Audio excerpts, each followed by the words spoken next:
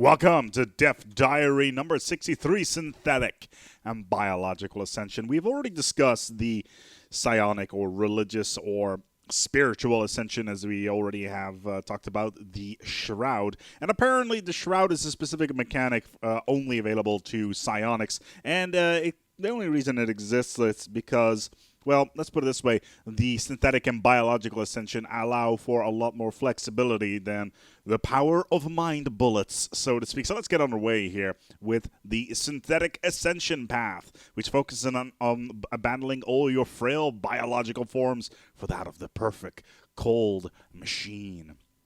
And the first step that you'll need to do for the Ascension path is get the Flesh is Weak, and which requires droid technology, which is about, probably about 100 years into the game, maybe 150 years. Of course, you'll also need to spend your points on that as well.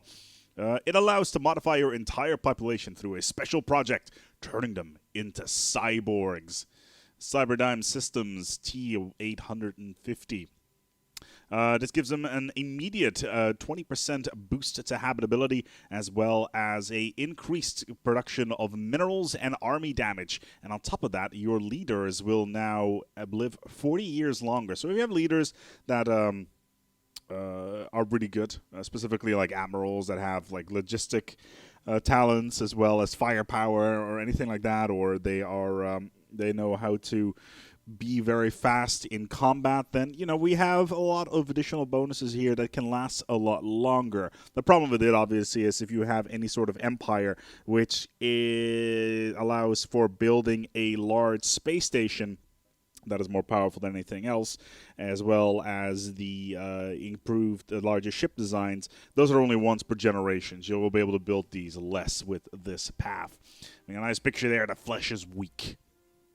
The next step in that and then is the synthetic evolution, which allows you the ability to build synths, or at least requires you the ability to build synths. For those that actually follow the synthetic campaign that I played on a mod a couple of months back, this is basically the same thing. It's just the embracing of the machine into the body. It allows you to upgrade your entire cyborg population into fully mechanical forms, finally abandoning the frailty of the flesh, or as I like to say, releasing them from their flesh, which is an insult to the perfection of the digital. It becomes an entirely new species, which you can completely rename, and you have new glorious post-biological people.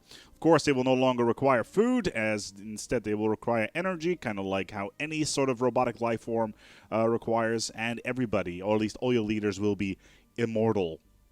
Unless they're killed in battle or through events. And that is a synthetic path. Then we have the biological ascension path, which focuses on mastery of DNA and evolution. I've been wanting this for a while. I've been wanting to get a slave race and basically make them super dumb and super strong so I could, use them effectively. And this looks like to be a case in Banks as well as Utopia, where you can use your specialty in engineering, or at least biological engineering, to create new things, but a little bit more about that. The first step is engineered evolution, which requires the gene tailoring technology, which is a fairly standard. It grants you a major reduction to the cost and time required to genetically modify species, and it gives you a +2 trait point. It gives you 2 trait points. Well, trait points are the points that you need to select a genetic trait, basically. So all of a sudden you'll have access to, say, adaptable or rapid breeders, intelligent, that sort of thing. And it also unlocks the ability to research gene seed purification technology, which is otherwise unavailable. If you do not have Utopia, you can still get it. So basically, if you have a non-expanded game, it will still be part of the tech tree. It's just when you have Utopia, it will be part of this particular chain.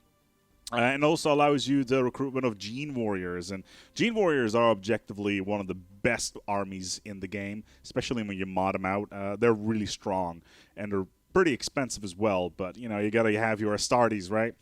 The next step, evolutionary mastery, requires the targeted gene expressions technology, which grants you an additional +3 trait. trait points even. So you have even more gene traits you can mess around with and get even more stuff. Further reduction in time and cost in Gmodding, and unlocks the ability to research genetic sequencing technology, which once research unlocks advanced Gmodding. With advanced Gmodding, you will be able to add negative traits and remove positive traits, allowing you to completely reshape a species at a whim. And this is basically what I was talking about earlier. So let's take a look at the 5 new traits that are exclusively available to this particular chain. We got Robust, which is an upgrade from Extremely Adaptable, which increases the habitability bonus of your species by 30% and adds 30 years to their lifespan. Fertile, which is an upgrade for rabid breeders, even faster growth time and all that sex, it gives you +5 happiness. Erudite, which is an upgrade from Intelligence, which gives you a +20 science production bonus. That is ridiculous. Then my personal favorite, Delicious, which makes your species delicious and nutritious, granting a 100% food yield from processing and livestock. I'm so looking forward to this. I'm so looking forward to say this alien species over here. Let's mod them to make them the best food source anywhere. And then then there is, of course, Nerf Stapled, which I think they lifted pretty much directly from Alpha Centauri, which removes the ability of the species to feel happiness and sadness. Happiness is no longer affected, and food and mineral production is increased. And it does add major penalties to all other resource production, which is a bit of a shame. Additionally, advanced Gmodding allows for the ability for non-hive mind empires to remove the hive mind trait from pups, and for hive minds to add it to pups, as mentioned in Dev Diary 62. So hive minds, I believe they can only go down the evolutionary path in this particular case. So they can basically add new species to their empire if they want to integrate hive minds into it. That will be now it for today. I hope you enjoyed it. This was Dev Diary 63. I feel that we're kind of getting at the end of all the features that we can expect in Utopia and Banks. For next week, we're going to be talking about smaller features, as well as the ability to terraform Mars. Apparently that's coming up for next episode. Until next time, take good care of yourselves and each other.